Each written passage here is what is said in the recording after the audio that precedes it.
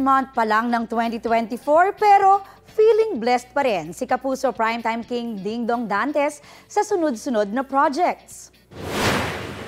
Makulit at instant hit ang pagbabalik ng sitcom nila ni Primetime Queen Maren Rivera na Jose and Maria's Bonggang Villa. Bonus daw ang kwelang hatid ni Mamang Pokwang sa Season 2.0.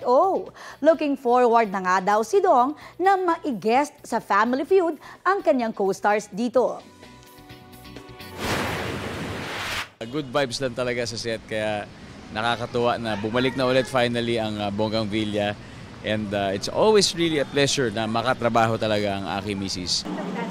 Ngayong umaga, bumiyahe pa Los Angeles, California si Dong para sa first ever Manila International Film Festival. Una nang lumipad roon si Firefly star Isabel Ortega kasama si GMA Public Affairs Senior Assistant Vice President Ange Atienza na nagwagi ng MMFF Best Screenplay para sa Firefly. Simula ngayong araw hanggang February 2, may public screening doon ang mga pelikulang kalahok sa 2023 Metro Manila Film Festival.